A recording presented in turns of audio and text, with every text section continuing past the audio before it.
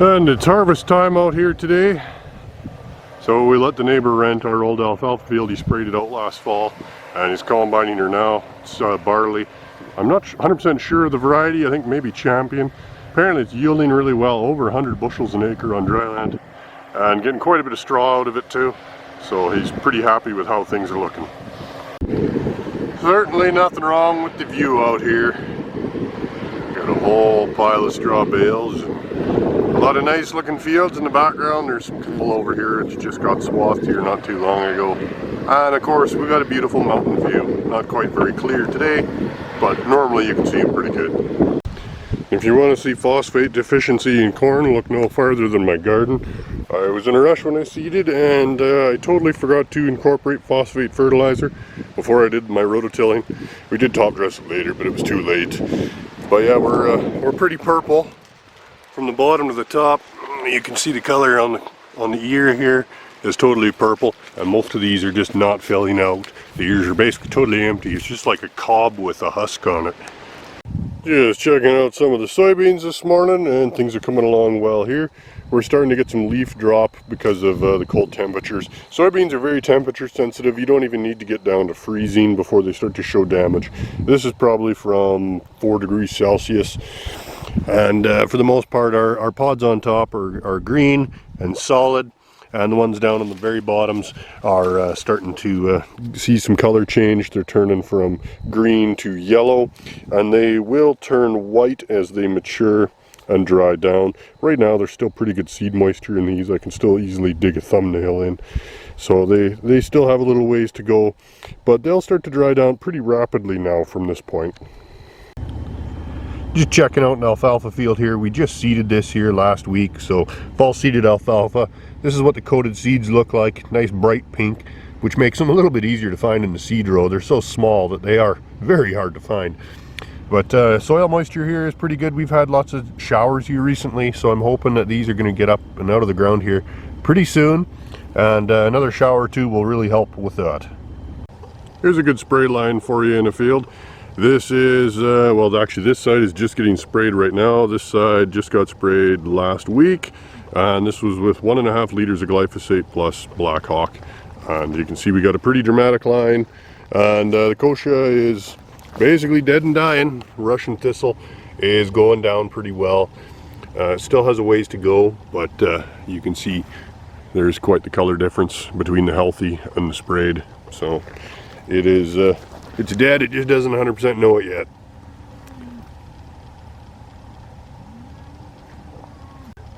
Okay, here I'm in a little bit of a thistle patch in a field. This was a cereal field. This got sprayed with Precision crop, which did a really good job at reducing the thistle pressure, and we actually didn't see any thistles over the crop at all. But now that the harvest is off, they've been starting to regrow a little bit, and so these got sprayed with glyphosate plus Black Hawk. Really there isn't a whole pile in this field. If there was more, I would have definitely recommended something like DB878. It's something that's going to have a little bit more power on these thistles, but as you can see, we're doing a pretty good job at burning them off here with the heavy glyphosate rate, so they shouldn't be a problem. We should be able to get pretty good control on them. This is the best time of the year to get control on your thistles, so if you have these patches in your field, now is the time to spray while they're actively growing. Here's something I always get a few phone calls about every year.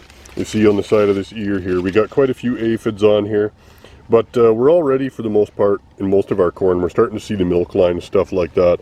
So the corn is mature enough that these guys are going to do nothing but feed on that husk on the outside of the ear, basically wherever they can suck enough moisture to feed on. And they look messy, but I've never seen anything worthwhile spraying. Just rely on your biological control to kind of keep them down, your ladybugs and stuff like that. Their population will start to skyrocket pretty quickly in a field like this where there's enough food for them. Alright, and for the grammar Nazis out there this week, and I'm as bad as anyone, this is not a cob of corn. This is an ear of corn, and I'm really bad for that, and I know lots of other people are too. But the real technical people will tell you this is not a cob, this is an ear. This, in the inside, is the cob. Here's a trick I've never seen anybody talk about before on canola for determining swath timing.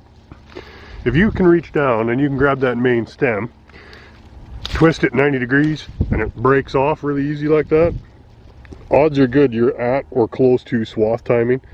Basically, it's just another way of kind of figuring out what your overall moisture is. So here's the main stem in this case. Pods still look fairly green, but we got absolutely black seeds in here. So this is Nexera 1022.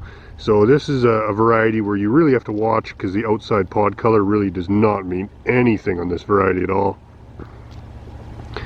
And inside there you can see our seeds are totally clear, or totally turned and drying down. So we're definitely at swath timing on this plant here. If you can bend the stem like that down low and it doesn't crack, it just bends, you know there's still really good moisture in that plant and it's just not ready to swath. But on this plant, we're definitely there. Even the side branches, we're seeing good color change.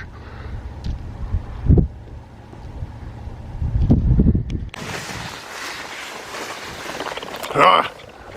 You little bastards. Well, hunting season is on, so for those of you that want revenge on Hungarian partridges for jumping out from under your feet every day, the time is now. Also, lots of yellow dwarf out here in the oats. And if you got patches of quackgrass in your fields, now's the time to control them. These patches here got sprayed, what was that, about 10-12 days ago, and you can see they're crisping up quite nicely. This is the best time of the year to get control on them. You can get the glyphosate right down into the rhizome and get rid of these patches before they get too big. Don't till before you spray, because all you do is you spread those rhizomes around the field. You need to spray the quackgrass before you can till a field. Good morning, I'm Nikki Rasmussen. I'm the area agronomist with Pioneer here in southern Alberta. In our last video we talked about judging the maturity of your corn based on ear development. And today we're going to talk a bit more about silage timing and using that information from where our ear is at development to help us determine when to silage. We always say 50% milk line has been the baseline or the rule of thumb for when your silage is at optimum quality and yield. But the number one most important factor in determining when to silage will ultimately be your whole plant moisture. If you're at 50% milk line and your moisture is not in the optimum range, you need to wait to let your corn get into the optimum moisture range before you silage it. If it's getting too dry and you're not at 50% milk line, well, you're going to have to consider taking your silage before that happens so that you stay within the range. The optimum silage range is 62 to 68%, but silage is still considered to be put up in good condition if it's between 60 and 70% moisture. If we get above 70% moisture, for sure once we're over 72%, if we're putting that silage in the pit, there is a guaranteed incidence of leakage is going to happen. And how much leakage depends on how much over 70% that silage is. And what does that mean to you? Well, when we take silage too wet, we put it in the pit and it leaks, we're losing yield. And not only are we losing yield, but we're losing some of the most important quality in our silage, and that's the sugars. Silage that is wet is generally considered immature. And so the sugars that are in those stalks didn't get translocated into the ear and turned into starch. So we're losing our quality. And what you'll see in those pits is often the pits will drop over time. The fluid leaks out of the bottom. And what that free sugar also does is really provide a lot of fuel for the bad bugs in your silage to cause spoilage and molds and possibly mycotoxins. So it can really not only decrease your yield, but really drop your quality, decrease the palatability of that feed, and have a pretty tremendous impact on your outgoing yield of your corn silage. On the other extreme, if we're putting up our silage below 60% moisture, it's just really hard to pack and we can't get the air out of it.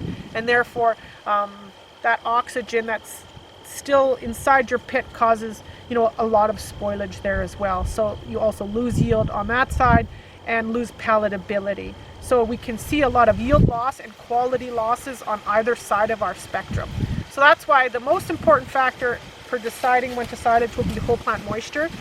We have a small chipper that we can run plant samples through to help you determine what stage your crop is at, and then help you maybe plan how many more days out before you would be in the situation where you're in the optimum zone for silage. The one real The real big game changer in this fact would be a frost. And frost can have a pretty dynamic effect on the dry down of a plant. If you get a killing frost in your corn, prior to 50% milk line, we'll often see the whole plant moisture be locked in the plant. And it can stay at 72 plus moisture for several days. On the opposite end of the spectrum, if you were almost ready to silage and you get a hard killing frost, you can see a rapid dry down after that. So don't judge how you manage your field on the frost of last year. Take a sample, pay close attention to it, because each year that frost can have a very different dynamic effect on how it changes your whole plant moisture, and how you determine when to get the chopper in there after a frost. So whole plant moisture is the key, regardless of the ear development, in deciding when to silage. Excellent. Thank you very much, Nikki. Thank you. All right, and here's Nikki's wood chipper that she carries around with her for checking silage moisture. You feed your plants in here, cut them off about 6 inches off the ground, same height you'd harvest them. Sample comes out of the bottom here, and then you can get that tested. Do you ever wonder why when geese are flying in a V, one side is always longer than the other? You know what the answer is? There's more geese on that side. For those of you not too terribly familiar with flax, this is what it looks like when it's close to harvest time. So all these bolls are really starting to dry down now. And then we squish them up. You can see some of the seeds in there. So once those get to the proper moisture content, we can come in here, as long as the straw itself isn't too tough, because the flax stems are extremely tough, and that is what linen is made out of. Although here we don't often do much with our flax straw. I don't think there's any processing plants anywhere even close by to us. Thanks for watching. Like and subscribe, and we'll see you next week.